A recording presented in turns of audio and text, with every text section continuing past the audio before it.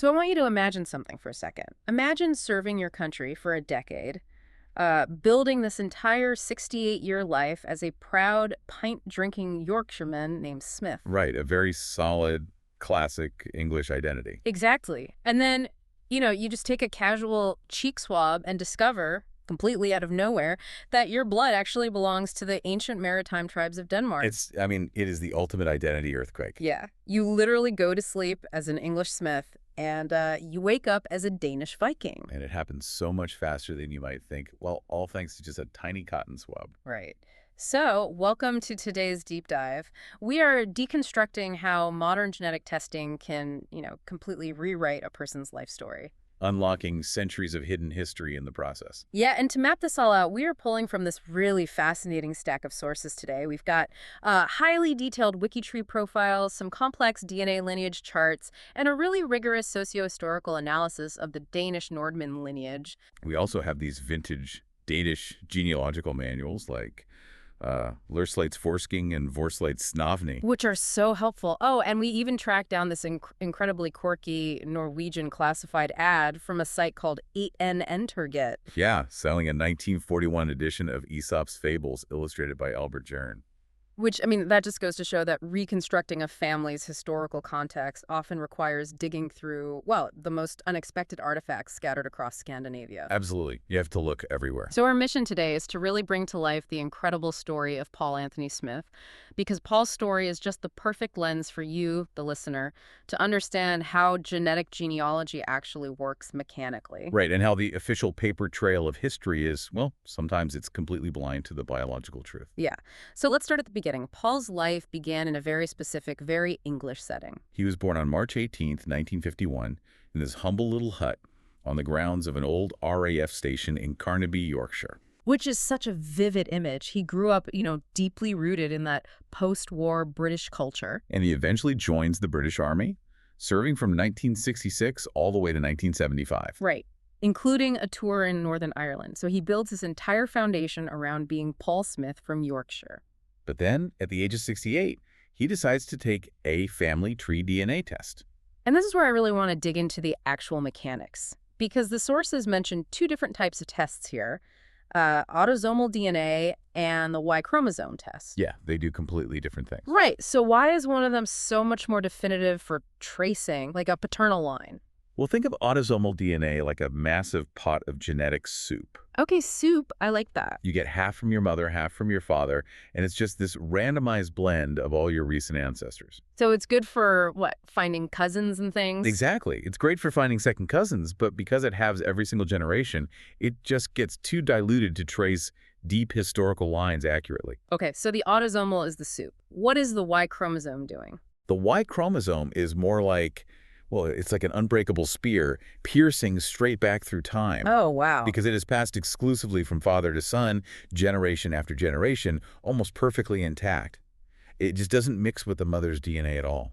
So taking a Y DNA test is kind of like pulling a single innocuous loose thread on a plain wool sweater, only to watch it unravel and magically reknit itself into an intricate Viking tunic. That is a great way to put it.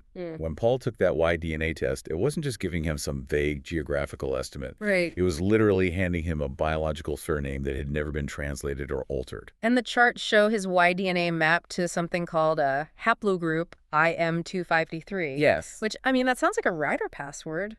What does that actually mean? Is it like a genetic zip code? Yeah, that is a brilliant way to conceptualize it. Haplogroup IM253 is this very specific genetic zip code that's tightly associated with prehistoric Scandinavia. Wait, really? Prehistoric? Yeah. It peaks in modern populations in Sweden, Norway, and Denmark. It is often colloquially referred to as the classic Nordic, or, well, the Viking haplogroup. So right away, the spear points north. Exactly. And when you combine that deep historical spear with the more recent matches in his autosomal soup, the genetic triangulation pinpointed a very specific man. And this is the crazy part.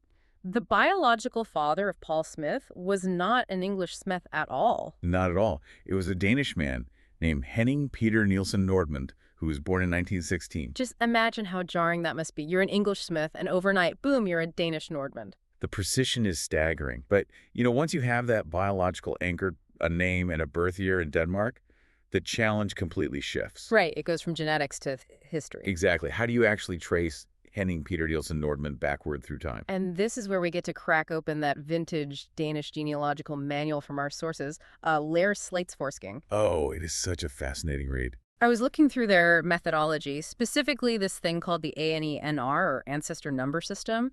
And I've got to say, it seems intensely mathematical for a family tree. Well, the Danish record-keeping system is legendary for its rigor. The ANENR system is designed to create this, mathematical map of lineage. So you don't have to draw a giant sprawling chart. Right. You can instantly identify someone's exact relationship to the starting person. Okay, let me see if I have the math right on this. The manual says men always receive an even number and women always receive an odd number. Yeah, that's the core rule. So if Paul is the starting point, he is number 1. Mm-hmm. Then his father, Henning, would be number 2. And his mother would be number 3. You've got it. And the formula to find any father's number is simply to double the child's number. Oh, I see. So Henning is 2. Doubling, that means Henning's father is 4. Yep. And Henning's mother would be double plus 1, making her 5. That is wild. It creates this infinite mathematical grid. It really does. You could say Ancestor 128, and another genealogist immediately knows exactly which generational layer and gender you are talking about. But wait, I have to stop you there. Because a mathematical grid based on official state records is completely shattered by Paul Smith's very existence, right? How do you mean? Well, he was officially recorded as a Smith, but his biological reality is a Nordman. If we are relying on Danish state records to map out this intricate mathematical tree, how does the system handle a secret biological child?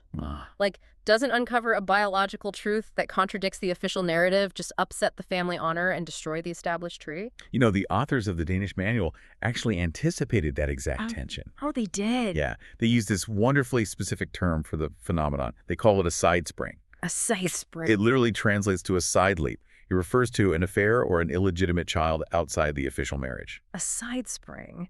That sounds so, I don't know, athletic and casual for something that usually causes massive family drama. Right. The social fallout can be immense, but the genealogical rule laid out in the manual is absolute. You must hold to the biological parents. Even if the biological father wasn't around. Even if he had absolutely no connection to the child during their upbringing. To get a true historical picture, you have to use the biological reality. The data just doesn't care about the official paper trail if the DNA proves otherwise. That makes sense. Though I did love the little note the manual includes about human hypocrisy regarding side springs. Oh, yes. The manual points out that while a side spring can cause absolute outrage in the present day, sometimes causing entire branches of a family to stop speaking. Descendants looking back historically almost always happily embrace the scandal. Exactly. As long as the affair happens to connect them to noble or royal blood. It's so funny. Suddenly a shameful secret becomes a rich historical tapestry. Grandpa's secret affair is a tragedy unless it makes me 16th in line to a castle. He's just universally human. But thankfully, because genealogists follow that strict biological rule, they were able to track Paul's new tree up through the mathematical grid to his biological grandfather. Yes.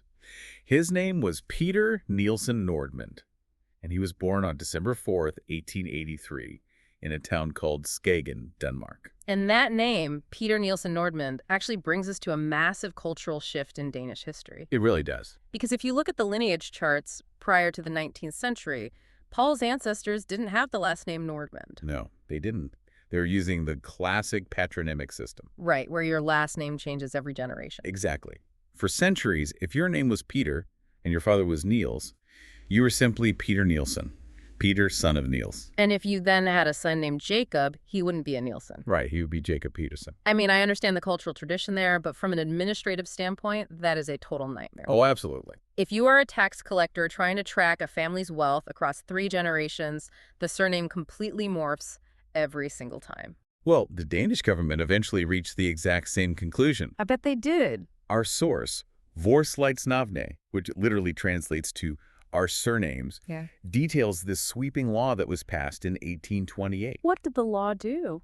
The government essentially demanded that families adopt fixed hereditary surnames to modernize the bureaucracy. But culture doesn't just pivot because a bureaucrat signs a piece of paper. You can't just force an entire nation to change how they conceive of family identity overnight. No, you can't. And the result was just widespread confusion. I can imagine. Many families simply froze whatever patronymic name they happened to be using at that exact moment. So if the father happened to be Niels in 1828, the family just became the Nielsens forever. Which is wild to think about. Like, think about your own last name right now. If you are listening to this, there is a very good chance your surname was essentially frozen in time by a frustrated government clerk 200 years ago. It's very likely. But that makes Paul's family stand out. They didn't just freeze Nielsen, they froze Nordmund. How did they end up with a surname that literally translates to Norwegian or Northman? To understand that, we have to look at the geography of Skagen. Okay, paint a picture for us. So Skagen sits at the absolute northernmost tip of the Jutland Peninsula. It was this incredibly rugged, isolated maritime hub. Lots of fishing, I assume. Exactly. Yeah. And the people there were in constant daily contact with Norwegian sailors and merchants who were navigating the treacherous waters between the two countries. So in a village overflowing with Nielsens and Petersons, the community needed a way to tell everyone apart. Yeah, they used what the Danes call a tilnavne, a byname or a nickname. Ah. If your family had strong ancestral ties to Norway, or perhaps an immigrant ancestor, the village naturally distinguished you as the Nordmund. You were the Peter Nielsen who hangs out with the Norwegians. That makes perfect sense. So when the government officials finally showed up in Skagen with their clipboards demanding a permanent surname, the family essentially said, just write down Nordmund. That's how everyone knows us anyway. Pretty much. It's fascinating because surnames are essentially like fossilized ethnic descriptors. The name Nordman bridged the gap between their ancient tribal past as Northmen and the strict requirements of a modernizing state. And because they locked in that specific unique identifier, they stand out perfectly in the records when we jump forward to 1883. Right, the year Paul's grandfather was born. Let's really set the scene of 1883 Skagen. Okay. Based on the socio-historical analysis, this wasn't just a quiet fishing village anymore. It was hitting a massive cultural turning point. Skagen was experiencing this profound duality. How so? On one hand, it was still geographically harsh.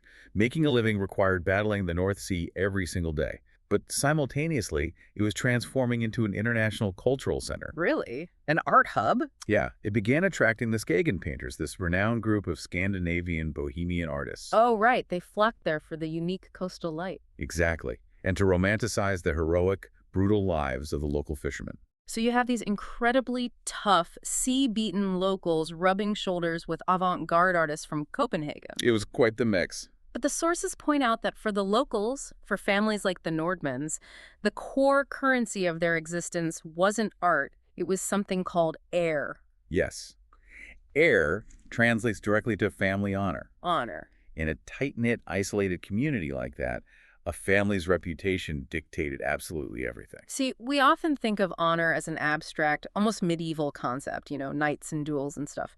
But in 19th century Jutland, honor was a brutal economic reality. It was your literal livelihood. Wow. Your family's heir determined your marriage prospects, your social connections, and most importantly, your creditworthiness. So if you had a bad reputation... If your family had a spot on its honor, perhaps a public scandal or an unpaid debt, a local merchant might refuse to extend you credit for fishing gear. And in a place like Skagen, not getting that gear could mean starving during the winter. Absolutely. Which perfectly explains why the state records from this era are so obsessively detailed. The citizens wanted their lives documented meticulously to prove they were honorable, upstanding people. Precisely. Peter Normann's parents, Julianne Marie Andreasdatter Landstrup and Peter Nielsen, have been married since 1854. So nearly 30 years before he was born. Yes, and they lived during a period in Danish history known as the Provisional Time. The bureaucracy was intensely organized. I saw that in the sources. The 1883 Hofog Statskalender, the official state calendar. It lists this incredibly rigid hierarchy of officials whose entire job was tracking marriages, legitimate births, and land ownership. So the strict social pressure to look good on paper is exactly why we can find Paul's DNA match a century later. It's a direct result. Because the Danish state was tracking everyone so precisely, and because the citizens were highly motivated to maintain their heir, genealogists today can verify Paul Smith's ancestral roots without a shadow of a doubt. The records prove his ancestors paid their taxes, stayed in their parish, and avoided any public scandals that would ruin their credit. They kept the official paper trail pristine. Well, pristine until Ball's biological father took a trip to Yorkshire in 1951 and created a massive, undocumented side spring. Right. The irony is just rich. But as we discussed, the modern genealogist embraces the side spring. They have to. And because of that initial DNA connection, researchers were able to follow the Nordman line back far beyond 1883. Oh, much further. This is the part of the deep dive that honestly gives me chills. The historical analysis traces the origins of this identity deep into the Viking Age. We are talking about a time of new formation for North Germanic tribes. Tribes with names like the Rider and the Horder operating long before there was even a unified kingdom of Norway or Denmark. And the genetic zip code we discussed earlier, haplogroup IM253, completely confirms this deep tribal anchor. It's just wild, and the paper trail provides these fascinating historical snapshots along the way, too. Yeah, for instance, the records highlight a high medieval official named Peter Nielsen Holsel, who lived from 1240 to 1298. The sources say he held the title of Drost. What kind of power does a Drost actually wield? It was one of the highest administrative and political offices under the Danish crown. Yeah. He would have been a central figure in medieval statecraft. Okay, so that's major. And then jumping forward several centuries, within the broader regional network of this family, we find another remarkable figure, Klaus Poulsen Clausen. known as the Hesticon, or the Horse King. Yes, a 20th century horse king. What does a 20th century Horse King even do? He was a major agrarian leader. He wielded immense influence over Danish agriculture, eventually serving as the Minister of Agriculture in the Danish Liberation Government of 1945. What really strikes me about these specific historical anchors, from a medieval dross to a 1945 Minister of Agriculture, is the sheer social mobility of it all. It's remarkable. This single bloodline moves from ancient Viking mariners to high-ranking medieval administrators, down to rugged Skagen fishermen fighting for winter credit, and then back up to modern politicians. It really showcases the resilience and adaptability of the Jutland people. It does. And the descendancy charts we reviewed, they don't stop in the past. They cross the North Sea. Right. They list Paul Smith's children, Tracy, Ellie, and Lewis, and stretch all the way to his recently born descendant, Cairo Smith, born in August 2024 in Northumberland. A child born in modern Northumberland is mathematically, biologically tethered to the Ryger and Horder tribes of the Viking Age. It's incredible. If we step back and look at everything we've uncovered today, the sheer power of this technology is awe-inspiring. It really is. A simple cotton cheek swab didn't just give a 68-year-old British veteran the name of his biological father. It handed him a documented, centuries-old legacy anchored in the maritime world of northern Jutland. It proves that our assumed personal narratives they're incredibly fragile. Yeah. But the biological truth, when combined with meticulous historical records, is fiercely robust. Yeah. It survives hidden for generations, just waiting to be read. I want you to think about the stories you've been told about your own origins. The last name you write on your tax forms, the oral histories passed down by your grandparents, the dusty bureaucratic records sitting in your local archives. We all walk around wrapped in an official narrative of who we are. But the paper trail is only one version of history. The biological record might tell a completely different story. Which leaves us with a wild, almost unsettling thought for the future. Oh. Yeah, we just spent this deep dive marveling at how Paul Smith used a DNA test to uncover a secret side spring from 1951. But as commercial DNA databases grow to cover almost the entire global population, we're rapidly approaching an era where family secrets will go entirely extinct. The math becomes unavoidable. Exactly. In a few decades, it won't just be one Yorkshireman uncovering a hidden past. It will be mathematically impossible to hide biological truth from anyone. Every side spring, every adopted identity, every altered surname will be instantly visible. The official, manicured paper record that humanity has relied on for centuries is about to be replaced forever by the unbreakable biological one. And when that happens, we might all have to rewrite who we think we are, just waiting for the technology to give it a voice.